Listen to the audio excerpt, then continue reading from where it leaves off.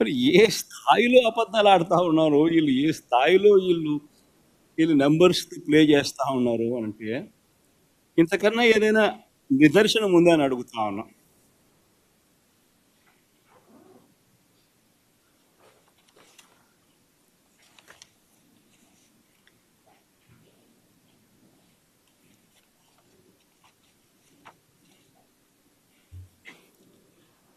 ఇలాంటి తప్పుడు ప్రచారాలు చంద్రబాబు నాయుడు గారికి కొత్త ఏమి కానే కాదు. ఇలా రొటీన్గా ఈ మనిషి అబద్ధాలు చెప్పడము, రొటీన్గా ఈ మాదిరిగా తప్పుడు ప్రచారాలు చేసుకోవడము అలవాటే, పరిపాటే ఆయనకి. మీకు ఉండే ఉంటుంది. చంద్రబాబు నాయుడు గారి అబద్ధాలు ఏ స్థాయిలో ఉంటాయని అంటే, డావోస్కి వెళ్ళినప్పుడు 2016లో రక్షణ పరికరాల ప్లాంట్ లాక్హీడ్ వచ్చేస్తుందని అన్నాడు. 2017 డావోస్కు పోయినప్పుడు విశాఖలో హై స్పీడ్ రైళ్ల కర్మాగారం అన్నాడు. హైబ్రిడ్ క్లౌడ్ వస్తుందన్నాడు. సౌదీ ఆరామ్కో వచ్చేస్తుందని కూడా అన్నాడు. 2018లో చంద్రబాబు గారు డావోస్ విన్నాడు. ఈనాడు పేపర్ క్లిప్పింగ్ చూపించాయి, అప్పుడు ఇంట్రెస్టింగ్గా ఉంటుంది. ఈయన ఏ రకంగా బిల్డప్ ఇస్తాడు, అబద్ధాలు ఆడతాడు అంటే నిజంగా ఇది చాలా ఇంట్రెస్టింగ్. చూడండి ఒకసారి. ఇది 2016 డావోస్.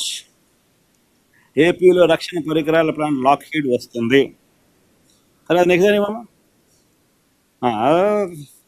2017 హై స్పీడ్ రైళ్లు, హై స్పీడ్ ఎంత ఈనాడే, నేను వేరేదేం చెప్పను. ఎందుకనంటే వీళ్ళంతా ఒక ముఠ, ఎంతో ఒక దొంగల ముఠ,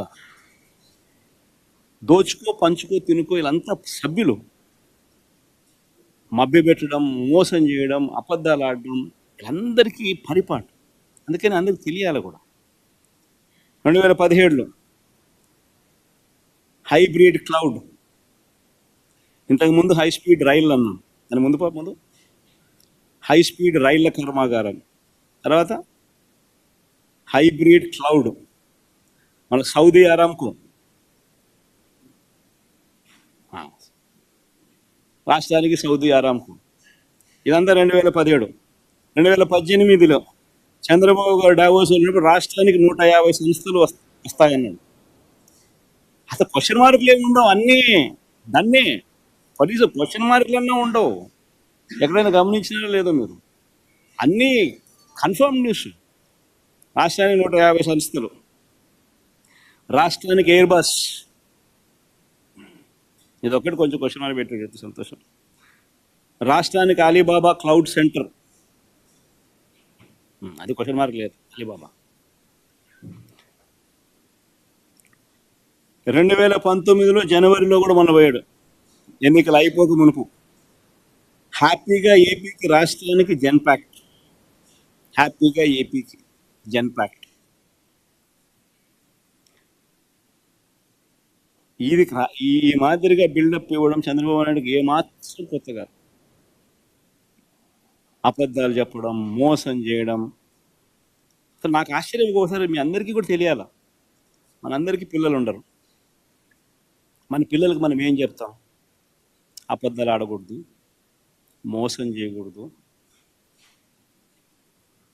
మన స్వార్థం కాదు ముఖ్యము, ఎదుటివాని మంచి చేయడం ముఖ్యము, మాట తప్పకూడదు, విలువలు ఉండాలి, విశ్వసనీయతలు పెంచుకోవాలి, అలానే బ్రతకాలి అని మన పిల్లలకు చెప్తాం. అవునా కదా? బడిలోకి పోతే మన టీచర్లు కూడా మన పిల్లలకి ఇదే కదా మనం చెప్పమని చెప్పి వాళ్ళ టీచర్లకు కూడా బోధన చెప్తాం.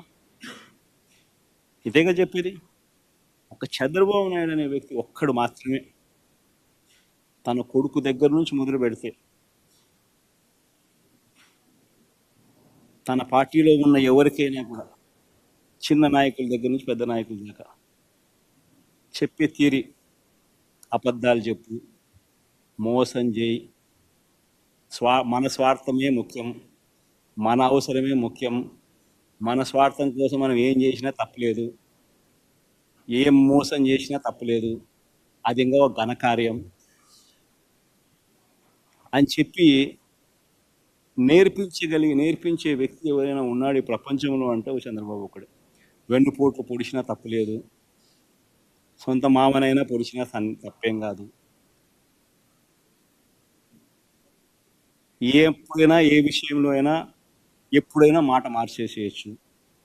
ఇవన్నీ చంద్రబాబు నాయుడు నేర్పిస్తారు.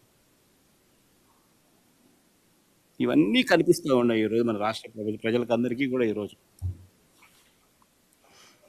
మొట్టమొదటిసారిగా రాష్ట్రానికి సంబంధించిన పరిస్థితి ఎలా ఉంది అని అంటే, చంద్రబాబు నాయుడు గారు అనే వ్యక్తి మీద ఎంత నమ్మకం సన్నగిల్లిందంటే, ఈ పెద్ద మనిషి డావోస్కి చూస్తే కనీసం ఒక్క ఎంఓయు కూడా జరగలేదు అని అంటే, కనీసం ఒక్క ఎంఓయు కూడా చేసుకోలేకపోయాడు అని అంటే, రాష్ట్రానికి సంబంధించిన పలుకుబడి చంద్రబాబు నాయుడు గారి మీద ఉన్న అభిప్రాయం ఎలాంటిది అని చెప్పి చెప్పడానికి ఇది నిదర్శనం. పెట్టుబడి పెడతామని జిందాల్ లాంటి సంస్థ వస్తే ఎవరైనా రెడ్ కార్పెట్ వేసి వెల్కమ్ చేస్తారు. ఈయనేం చేసినాడు? వాళ్ళపై కేసులు పెట్టి వాళ్ళ రెప్యుటేషన్ను నాశనం చేసి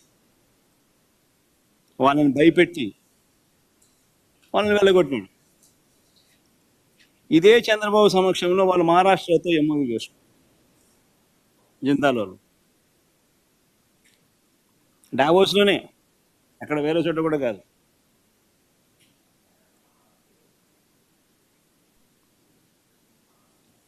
మన హయాంలో మన మోడీ గారి చేత చంద్రబాబు నాయుడు గారు ఏదో మీటింగ్ పిలిపించారు. అవన్నీ మన హయాంలో జరిగినట్టు. ఆ ఎన్టీపీసీ, ఆ బీపీసీఎల్ ప్రాజెక్టులు అన్నీ మన హయాంలో జరిగినట్టు. మళ్ళా ఆయన ఏదో కొత్తగా సాధించినట్టు తెచ్చినట్టు మళ్ళీ బిల్డప్. పోనీ అవకాశం ఉన్న చోట, ఇప్పుడు ఈ మనిషి వల్లనే కదా ఆక్సిజన్ కేంద్ర ప్రభుత్వానికి వస్తుంది. పోనీ అవకాశం ఉన్న చోట చంద్రబాబు ఏదైనా ప్రభావం చూపుతున్నారా? అదైనా ఆలోచన చేద్దాం ఒకసారి. ఇటీవల కేంద్ర బడ్జెట్ చూస్తే రాష్ట్రానికి ప్రత్యేకంగా వచ్చింది ఏమీ లేదు. 12 మంది ఎంపీలు ఉన్న బీహార్లో జేడీయూ పార్టీ, వాళ్ళు ఏమేమి సంపాదించుకున్నారు?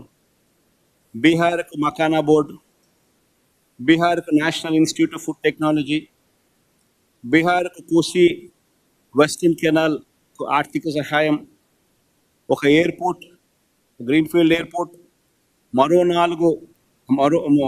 ఒక ఎయిర్పోర్ట్ డెవలప్మెంట్, బ్రౌన్ఫీల్డ్ ఎయిర్పోర్ట్, మరో 4 కొత్త ఎయిర్పోర్ట్ల నిర్మాణం, పాట్నా ఐఐటి ఆధునీకరణ, ఇలాంటి ఇలాంటి ప్రాజెక్టులన్నీ ఈ రాష్ట్రానికి వచ్చాయి. మరి చంద్రబాబు నాయుడు గారు ఏం సాధించినారు? సాధించకపోగా ఉన్న పోలవరం ప్రాజెక్టును నాశనం చేశారు. ఇది పోలవరానికి సంబంధించి డిమాండ్ ఫర్ గ్రాంట్స్లో బడ్జెట్ డాక్యుమెంట్లో ఉన్న copy.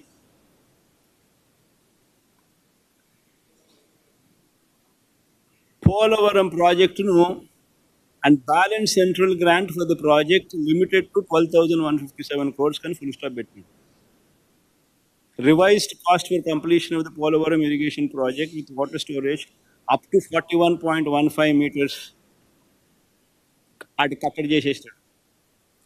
Provision is for construction of a dam and canal system for accruing the envisaged benefit of development of new ICAT, stabilization of existing ICAT, providing drinking water facilities to village and district of Andhra Pradesh. The proposal is for revised cost of 30,436 crores for completion of Polavaram irrigation project with water storage up to 41.15 meters and 45.72 ఎగిరిపోయింది. Minimum drawdown level and balance central grant for the project limited to 12,157 crores. దీని అర్థం ఏంది? మరి ఆయన గడ్డి తింటాడా, మళ్ళీ ఏం తింటాడా? ఈ మాదిరిగా కేంద్ర బడ్జెట్ డాక్యుమెంట్ బ్యాలెన్స్ 12,157 కోట్లు మాత్రమే ఇస్తాము, ప్రాజెక్ట్ ఎత్తు 41.15కి కన్ఫైన్ చేస్తున్నాము అని వాళ్ళు చెప్తా ఉంటే అది ఎట్లా చెప్పనిచ్చినాడు? అది ఎలా చెప్పనిచ్చినాడు?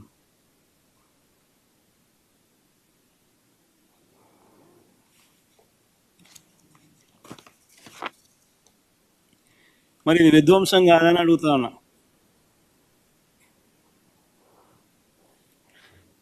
దేశవ్యాప్తంగా వచ్చే 5 ఏళ్లలో 75,000 మెడికల్ సీట్లు పెంచుతాము, అందులో 10,000 మెడికల్ సీట్లు మేము ఈ సంవత్సరం ఇస్తాము అని చెప్పి కేంద్ర ప్రభుత్వం చెప్తా ఉంటే, చంద్రబాబు నాయుడు గారు మాత్రం కేంద్రం మెడికల్ సీట్లు ఇస్తామనంటే వద్దని రిటర్న్ లెటర్ వాళ్ళకి రాసి వద్దని వెనక్కి చెప్తా ఉంటే, చెప్పిన రాష్ట్రం ఒక ఆంధ్రప్రదేశ్ మాత్రమే అంటే మరి ఈ మనిషి ఏం సాధిస్తా ఉన్నాడు? ఇది విధ్వంసం కాదా అని అడుగుతా ఉన్నా. భావితరాలకు మంచి చేసే మెడికల్ కాలేజీల సీట్లు మ్యాక్సిమం ఎన్ని వస్తాయో మన రాష్ట్రానికి తెచ్చుకుని ఎంతమందిని డాక్టర్లను చేయగలిగితే ఎంతమంది డాక్టర్లను చేయాలని తాపత్రయపడకుండా వాళ్ళు సీట్లు ఇస్తాము, దేశం మొత్తం మీద 75,000 సీట్లు ఇస్తాము 5 ఏళ్లలో, ఈ సంవత్సరం 10,000 సీట్లు ఇస్తామని చెప్తా ఉంటే, మా రాష్ట్రానికి సీట్లు అవసరం లేదు అని చెప్పి లేఖ రాస్తా ఉంటే, ఇది ఇంతకన్నా విధ్వంసం ఏదైనా ఉంటుందా అని అడుగుతాం. పిల్లల జీవితాలతో 9 నెలలు చంద్రబాబు గారి ప్రభుత్వం చేసిన విధ్వంసాలు నిజంగా ఇన్ని కావు. నేను చదువుతా ఒకసారి. ఈ 9 నెలల్లో చంద్రబాబు నాయుడు గారు ఎన్నెన్ని విధ్వంసాలు చేశారో ఒకసారి మీరందరికీ కూడా ఆలోచన చేయమని కోరుతా ఉన్నా. పిల్లల్ని బడులకు పంపేలా తల్లులను మోటివేట్ చేస్తూ తీసుకువచ్చిన అమ్మఒడి పథకం ఆపేశారు. ఇది విధ్వంసం కాదా? స్కూళ్ళల్లో నాడు నేడు పనులు నిలిపేశారు. ఇది విధ్వంసం కాదా? ఇంగ్లీష్ మీడియంను, సిబిఎస్ఈని, అక్కడి నుంచి ఐబీ దాకా ప్రయాణాన్ని, 3వ తరగతి నుంచి టోఫుల్ క్లాసులను తీసేశారు. పిల్లలను ప్రపంచ స్థాయి విద్యకు దూరం చేశారు. మరి ఇది విధ్వంసం కాదా? 8వ తరగతి పిల్లలకు 8వ తరగతికి వచ్చేసరికి ప్రతి సంవత్సరం ట్యాబులు ఇచ్చే పరిస్థితి నుంచి ప్రోత్సహించాల్సింది పోయి ఆ ట్యాబుల పంపిణీ కార్యక్రమం ఆపేశారు. ఇది విధ్వంసం కాదా? సబ్జెక్ట్ టీచర్ల కాన్సెప్ట్కు గ్రహణం పట్టించారు. ఇది విధ్వంసం కాదా? పిల్లలకు గొప్పగా చదివించేట్టుగా చేయాలి, వాళ్ళు చదివితేనే పేదరికం నుంచి బయటపడతారు అనే సంగతి తెలిసి పిల్లలను చదువులకు ప్రోత్సహించే విధంగా కాకుండా వసతి దీవెన పథకం పూర్తిగా రద్దు చేసి విద్యా దీవెన పథకం అరకొరగా దులిపిస్తూ పిల్లల చదువులతోనూ వాళ్ళ జీవితాలతోనూ చెలగాటమాడడం విధ్వంసం కాదా? చంద్రబాబు నాయుడు గారు ఇవ్వాల్సిన పథకాలు ఇవ్వకపోగా ఉన్న పథకాలను ఎత్తేసాడు. ఇది ప్రజల జీవితాలతో చెలగాటం కాదా? ఇది విధ్వంసం కాదా? ఆరోగ్యశ్రీ ఊపిరి తీసేశారు.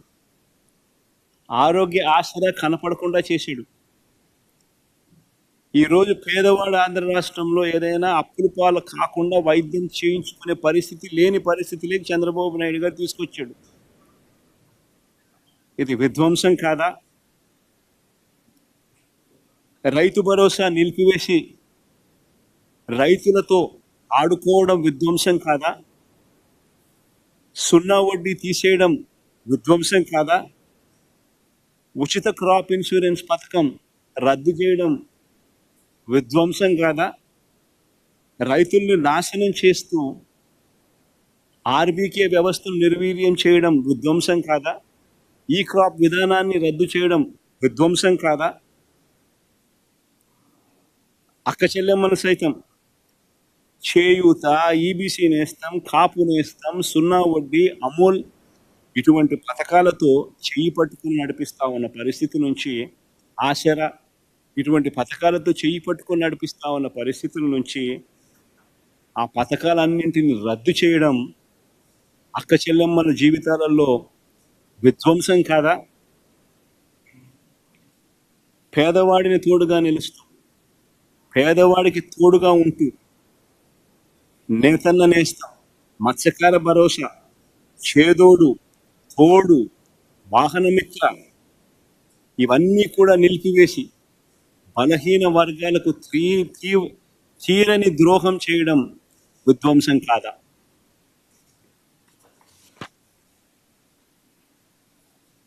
ఉద్యోగం ఒక్కటి కూడా ఇవ్వకపోగా ఉన్న ఉద్యోగాలను ఊడగొట్టడం, వాలంటీర్లను సైతం వాళ్ళ జీవితాలతో ఆడుకోవడం, గవర్నమెంట్ ఎంప్లాయీస్ని సైతం వాడుకొని వదిలిపెట్టడం విధ్వంసం కాదా? రాష్ట్రానికి సంబంధించిన వనరులు రాకుండా చేయడం, రాష్ట్రం ఆదాయం పెంచకుండా తన సొంత జోబీలకు వచ్చే ఆదాయాన్ని పెంచు